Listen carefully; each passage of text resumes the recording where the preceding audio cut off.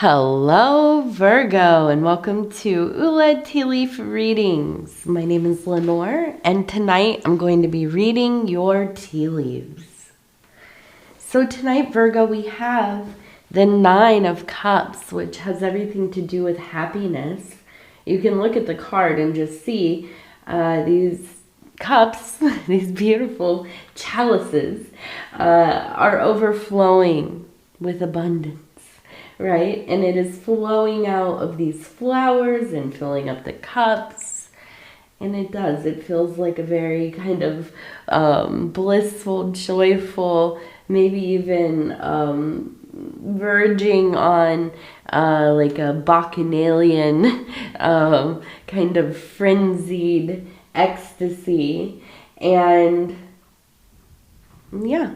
I'm not mad at it. I'm not mad that this is the energy that we got tonight. So we're going to go ahead. We're going to just turn this thing one time. And then I'm going to go ahead and knock, knock, knock. Okay. And we'll take a look here and see what these tea leaves want to show us tonight. And I want to go ahead and say thank you for choosing to click on this reading. If you've never seen a tea leaf reading, you are very brave and I commend you. There's nothing to be worried about.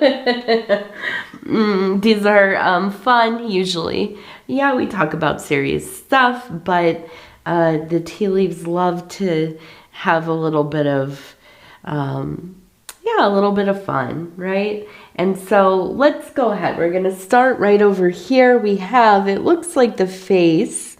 Look at these eyes, the nose, the mouth. Now up here it looks like we have two horns. This actually reminds me of, and I'm really trying to place it in my mind. I kind of almost think that this is like an older painting that maybe I've seen more than once, and I can't think, it has to be maybe medieval, right? A medieval era, but it is of, well, a great many things, but it is, has the devil. Okay, so this is the devil archetype here. It looks like the face, and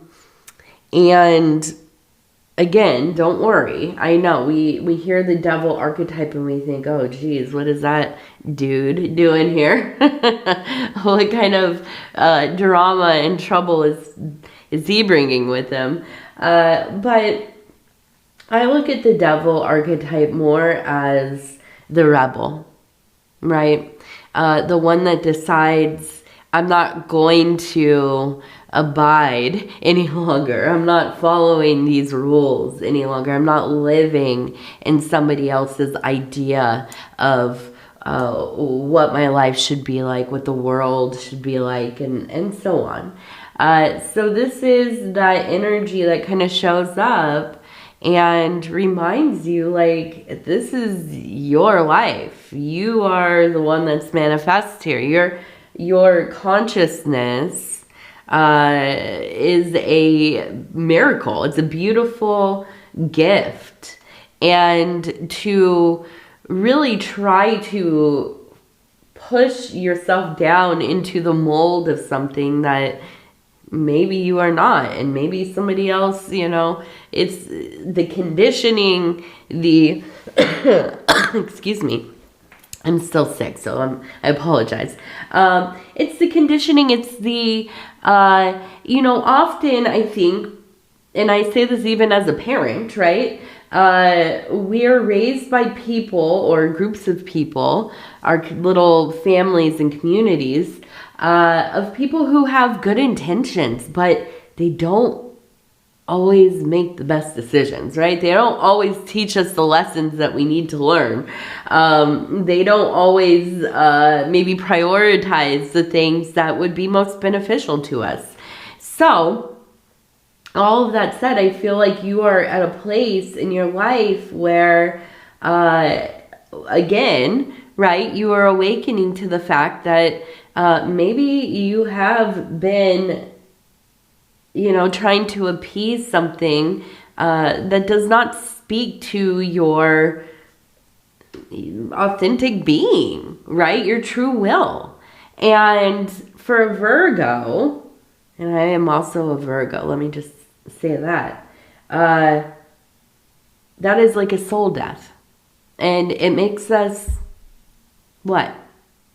What would you say if I said it makes us, well, to me, it makes us angry. It makes us frustrated. It makes us feel, just like pent up, and at some point almost resentful, right? Even if we're the ones that decided that, hey, I'm going to marry myself to this path, it might not be like what I dreamt for myself. It might not even be what really is fulfilling to me. But here I am, and I said I was going to, and so here I am, right? And over time, it starts to just eat away at you. And so this is the cusp, right? This is the beginning of those chains being broken, right? The stirrings have happened. This isn't like all of a sudden you're just kind of starting to feel like, hey, something's not right. No, you already know. You've already got one foot out the door, basically, right? And that doesn't mean that you're leaving a relationship necessarily, but you are honoring yourself, okay? You're prioritizing yourself. Now, I want to look at, it looks like we have two people. It looks like a bird above, maybe a child here in between.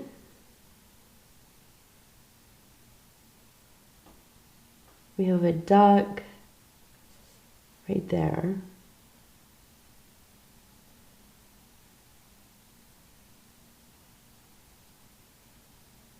And it looks like we have dogs, almost like dogs. And we have, it looks like a flower or maybe like a saxophone or something. We have another dog over here. And really, I get this impression of, I really get this impression of going and doing something that's so out of your normal behavior, or the things. We're Virgos. We're pretty scheduled people, right? We like to know what we're doing. Yes, we can definitely step outside of our routines. That's not a problem, but do we prefer to do that? Not usually. Not usually, but once in a while, right? You get that call. You get that feeling like I gotta go adventuring. I need to go exploring this world. And I do feel like I just get this impression of like meeting new people, being around people that are different than who you're normally around. I almost wonder if it's like, and I feel like this is at night or in the evening, almost like going to see music or going and taking a class and having things where you have a partner, you're working with somebody or on a team, or but there's this feeling of collaboration, this feeling of kind of thinking and learning about stuff that like maybe has never even crossed your mind before, but it's really this like opening up, stepping away from what you know and what feels safe, opening up and really being able to receive information from the universe, really. But I do feel like this is such an awakening for you. And there's just this feeling of like togetherness, working together. And in each of these, right, there's one on each side, but both are face to face. There's an equality here, a balance. Okay? This doesn't feel uncomfortable. Not at all. I also feel like there's almost like a sense of somebody who feels like family, like you're meeting somebody who feels like you've known them forever. I know us Virgos, we take our time, especially as we get older. We like to go slow with people that we let into our private lives. And so I see the same here, but I do feel like it's almost kind of like you're beginning to create a new little tribe of people. Like, in some ways, I almost wonder if it's like you've outgrown some of your old social networks, and maybe you're just not as close with your family as you used to be. And I feel like maybe that there has been a bit of a sense of loneliness, kind of just feeling like you are maybe outcasted or alienated, or maybe you've kind of walked away yourself, you know. But what I do feel is that there is this kind of like it's just a group of people coming together.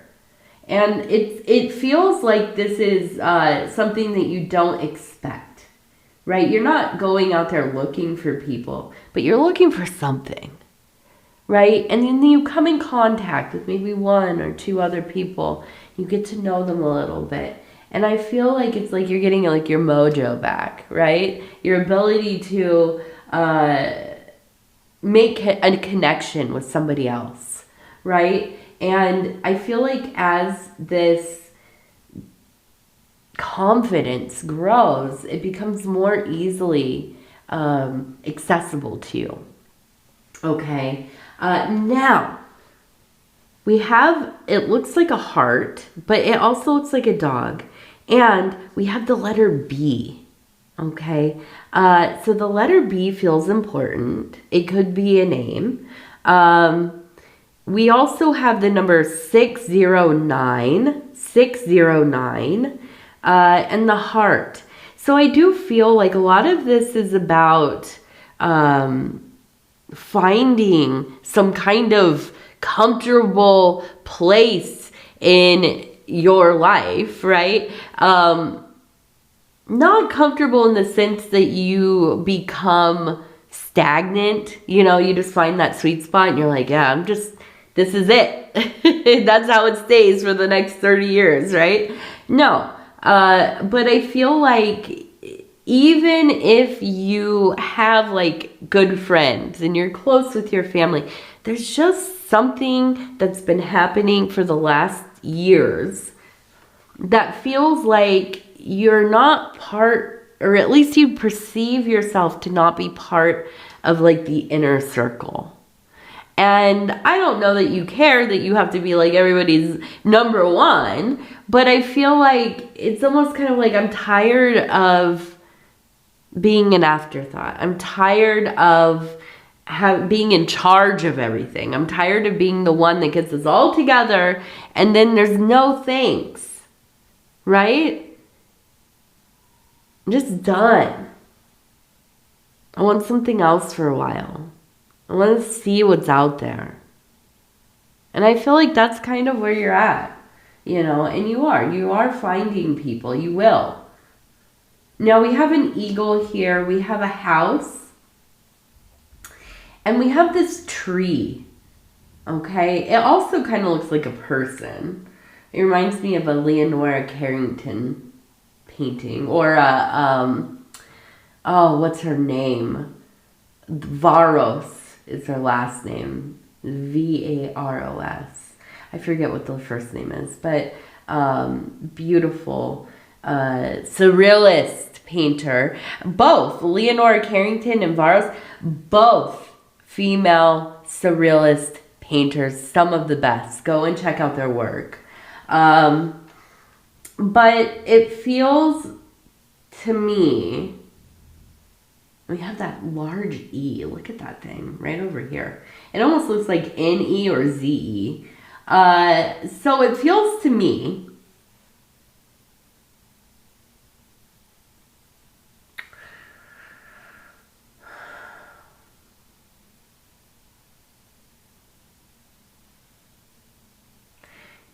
like they're almost like you maybe grew up around religion.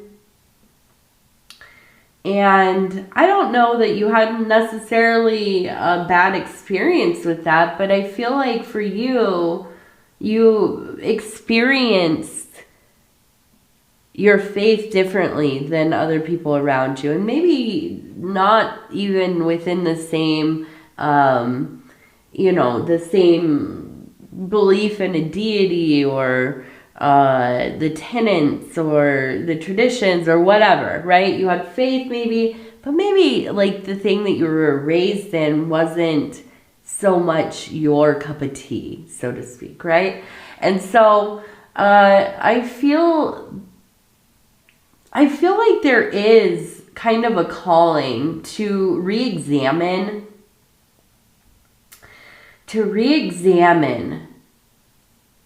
some of these old things, right? It maybe feels like so long ago and not very important. But if you really consider, if you were somebody who grew up in a certain congregation or a religion or, a community tied to a certain temple or mosque or whatever,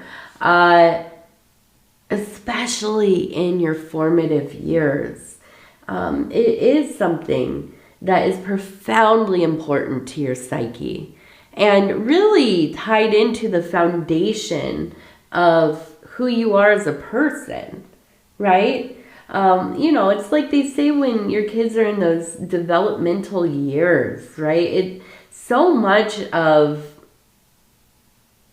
what they end up getting into and their love for, whatever, is because, we expose them to these things.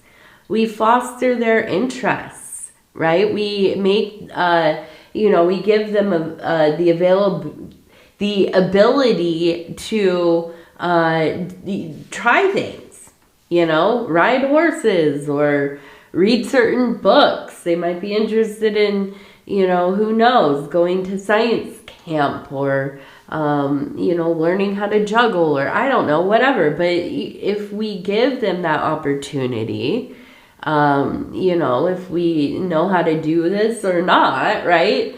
But we figure it out because they're our kids. And you see how much it affects them. You see how they change as they learn. And so you have to consider, yes, it's something very important. And maybe it is something that is worth looking back over, right? Now, I'm not saying that there's any sign that you return to the faith if you are, you've departed from that. But I do find this, I keep thinking it's like there's going to be some little gems in there. There's something there for you that you will find worthy, right? That you will be able to apply to the work that you're doing now. With that eagle, which also looks like it's coming down to grab something, that tells me that you're very much in your mind right now.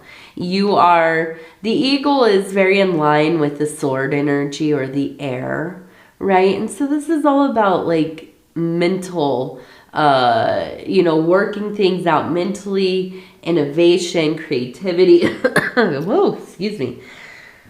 That one snuck up.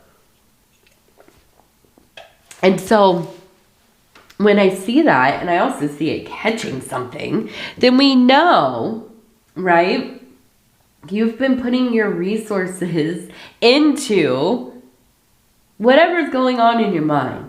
Right? And I know that it is. There's a lot of change happening. There's some, what I like to call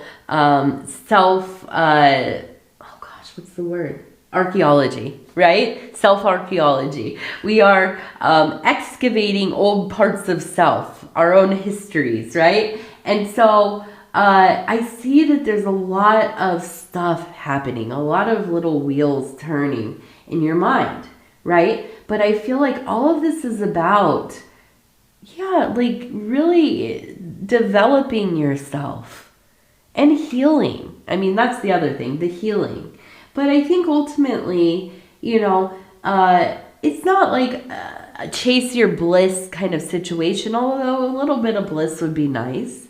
But I think for a Virgo, it's about finding a way to live that is meaningful, right? And what's meaningful for you when you're 35 might not be the same thing when you are 55, right? And so, yes, sometimes we have to do that spring cleaning in our own lives so that we can prepare to move on to the next thing. And I feel like that's exactly where you're at.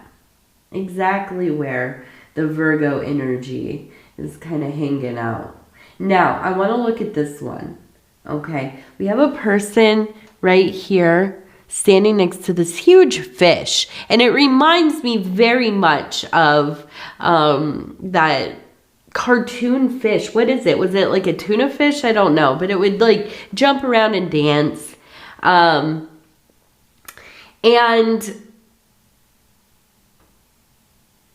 the fish represents money or resources. But in this case, yes, I feel like this is very much about making money. And I feel like, you know, ultimately, it doesn't matter what sign I'm talking to. Yeah, we all need money, right? We all need money so that we can pay for our lives, so that we can upkeep that, you know, Malkuthian mess that we live in. What is the Malkuthian mess? Yeah, the physical world, right? Our waking life. And so I do feel like this next year, there's going to be quite an opportunity for you. And not too far off either. But this is a large fish. And even next to the person, it's like, whoa, that is, yeah. So I do feel like with everything that you are working on within self, your willingness to purge some of the things that don't fit into your life anymore, some of the people. You're creating a space so that you can begin to build something new. And I feel like that leads you to a place where you are going to be most fortunate. But you have to do the work. And sometimes you have to make some sacrifices. And the big thing here is getting out whatever there. I just keep perceiving there's like a black ball of energy somewhere in your life, and it feels like it is a blockage. Now, I don't know what it is, and I don't know if you even know what it is, but it is that thing, and it is, you know, we all have multiple blockages, of course, but we all have that big one, right? We all have that big thing in our lives that we have to figure out, how do we get this thing dislodged, right? For me, and I'll share with you, for me, my big thing is, and I have a lot of little things, right, or varied size things, but for me, you know, I was mistreated as a child. I came from a household of addiction and neglect and you know, just straight up abuse in some cases. And for me, it's like, this is the thing. And I've done so much therapy, right? Throughout the years, I've done so many things. I continue to do so, right? And it's not just therapy. It's my faith. It's my, you know, spiritual alchemy. my relationships, a great many of things, you know, it's never ending. But that's my thing. That's the big thing. If I had to say what it was for me, that's the thing that has tormented me in certain times the most. And in other times, it's the thing that has made me work harder than I ever imagined I would to give my daughter a completely different life. Something unrecognized. I don't want her to know anything about living like that, being treated like that. And so, you know, I feel like when we keep at it, and sometimes, yeah, we need breaks. Sometimes I'll go a year without even, you know, considering doing any therapy or anything. Sometimes we do. We just need a break. We need to live, you know. But I feel like, you know, for us Virgos, we're constantly, it's like if, it's kind of like a Sisyphus kind of thing going on. It's like, I imagine sweeping the floor, sweeping it right out the door, you know, every day. And every day there's more dirt, and every day there's more stuff to clean. And it's always going to be like that, right? But we still do it. We still do it because we don't want to live in a house that every time you walk across the floor, things are stuck to your feet. No. So you keep doing the work. You keep doing the work. You keep doing the work. And will it always, you know, will it always be so bad? Maybe not. No. Will it be perfect at some point? I don't know. I don't even know what that means. I can't even imagine what perfect means. But the work is what is important, right? So we don't really have very much over here. I have, it looks like the number 10. And we have a moon. We're about to hit the new moon, so it makes sense to me that we have the little moon here. But the moon often is about illusion, or it is also, you know, emotions, right? The moon is related to water, and the moon pulls the water, right? If you know anything about tides, you know that the moon is the thing that decides when the ocean tide goes in and out, right? And so I feel like this is treacherous territory at times, right? Very emotional. And yeah, we're criers, aren't we, Virgo? I know, it's hard. It's hard. I still get a little embarrassed because I cry so freely. I just cry. I cry every day, probably. Not every single day, but yeah, sometimes. And then, you know, but that's like a Virgo thing. We're very emotive, right? It can feel like a lot though sometimes, right? It can be so much. It can be so overwhelming. But I feel like through this cycle, this is where we end up. This is where, you know, we really start to, and now I'm not saying forever. I'm never going to give you a happy ever after because I don't know if that's even a thing, right? But what I do know is doing the work, facing your fears, feeling those feelings, but letting them go. It leads to a place where you can begin to be happy or find little moments of happiness. And that's exactly where I see you headed. Now, let's do our 3 lucky numbers. I've had people ask me recently, what are the numbers for? A lot of people ask for lucky numbers. So these are just numbers that are lucky for you during this cycle. And I use a 100-sided die. And so, yeah, that's why we do them. 54. Okay, 54. Ooh, 25. 12. Okay, 12. All right. Now, we're going to end with our self-care affirmation cards. I'm going to go ahead and flip through. I'll stop where it feels right. And it says, Diamond Heart, I am worthy. My life is valuable beyond measure. I invite blessings to flow into my day. My diamond heart is deserving of all good things. My diamond heart is deserving of all good things. All right, Virgo, I love you, I love you, I love you, and thank you so much for spending this time with me. It is always such an honor for me to be able to bring these messages to you. And if you would be so kind to like the video, it does help the channel. Also, if you want to subscribe or leave a comment, I would love to hear from you. What else? Yeah, I think that's it.